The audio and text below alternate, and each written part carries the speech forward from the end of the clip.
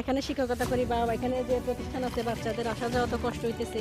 এখানে রাস্তার জন্য চলতেও কষ্ট, আপনার গাড়ি ভাড়াটাও বেশি যায়। আপনার 30 টাকা 40 টাকা এখান থেকে শ্যামারগাঁতে চলে যেতেছে, অথচ এখানে আগে ছিল 5 টাকার ভাড়া, নাহলে 10 টাকা হবে।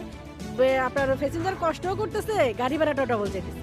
আমরা তো চাই রাস্তাঘাট সুন্দর হোক, মানুষ পরিবেশে চলক, শান্তি মতন চলক, টাকা দিয়েও মানুষ ঠিক মতো যাইতে পারে না, এমন অবস্থা। যে সরকার তরফে যে টাকা বাজারটা ওই টাকা দিয়ে রাস্তাঘাট কাজ করে না, নাকি জনগণের কষ্ট হয়। এটা এই যে কত কষ্ট করে আমি যাইতেছি, 1 ইঞ্চি উপরে ডালাই দিলে জিনিসটা মনে টিকসই হইব। 1 ইঞ্চি ডালাই দেয় না, আধা ইঞ্চি ডালাই দিয়ে খালি কোনো কালা করে চলে যায়। কিন্তু এই টাকা তো অনুগুণ বাজারটা একটা রাস্তার লাগে, নেতা বেতারা সব খাই, যে টাকাটা থাকে ওই টাকাটি কাজ করে যায়, মানে তারা কি করবে? যাতায়াত করে অনেক কষ্ট হয়, সামান টামান বাজার সদাই নিতে অনেক কষ্ট হয়। যাতে রাস্তাটা যাতে সুন্দর হয়, ভালো হয়, এটাই আর কি চলাচল যাতে। আলহামদুলিল্লাহ রোডটা হয়েছে অবশ্যই আমাদের অনেক ভালো। তবে যদি রোড যদি দুর্নীতি বা অন্য কোনো খারাপ ছাতাবাজি যদি না হয়, যদি রোডে যদি সবাই মিলে যদি একতাবদ্ধ হয়ে থাকি, যদি রোডটা কাউরে নিতে পারে। আমরা তো লেখা থাকে 2 ইঞ্চি ডালাই দিতে দিতে আইয়ে 1 ইঞ্চি বা আধা ইঞ্চি তারা দিবের পরে ঘুরে ঘুরে চলে যায়। তো এরকম হলে তার রোড তো মনে করেন 1 বছর টিকতো না।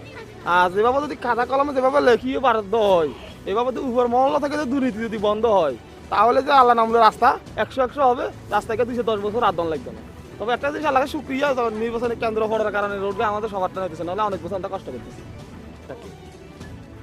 যে করতেছে তার জন্য দোয়া রইল, কামনা এটা। আর কিন্তু এই রোডটা অনেক কষ্ট মানুষের, এই রোডটা এখন করতেছে অনেক মানুষের ভালো হইতেছে, কিন্তু গায়েও অনেক নষ্ট হয়ে যায়, চালাতে ভালো লাগে না। মানে আমরা সন্তুষ্ট, কিন্তু খুশি আছি আমরা, আলহামদুলিল্লাহ।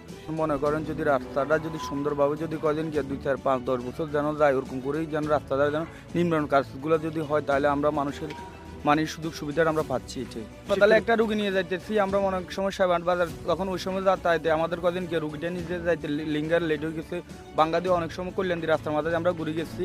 এখন হয়তো মনে করেন রাস্তাটা হলে আমাদের চলাচলে যাতায়াতে আমাদের জন্য সব কিনের আমরা সুযোগ সুবিধাটা পাইতেছি। এটাই বই রেখা তো লোক আসি এখানে টাকা দানো সাদা কেন দাবি না করে, এটাই আমার আকুল আবেদন। কোনো টাকা কোনো ট্যাক্স কিছু নেই, সুন্দরভাবে কাজ করেন, নিয়ম মানে আপনাদের ইমান মতো, ইমানদের শক্ত এরকম করে কাজ করেন। কোনো লোকেদের কোনো টাকা পয়সা এখানে দাবি দাবা না করে। সব লোক এখানে ভুক্তভোগী হইতেছে, সব কাজ কর্মের জন্য, মানুষ যাতায়াতের জন্য সব কষ্ট হইতেছে মানুষের। এটাই আমার অনুরোধ।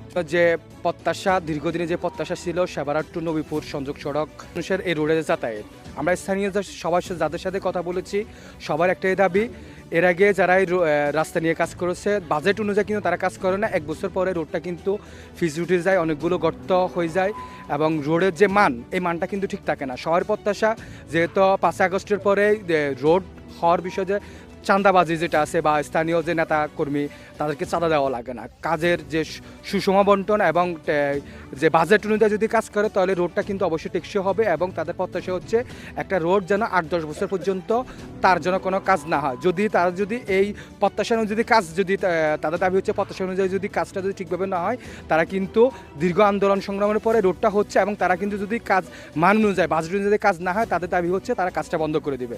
সবাই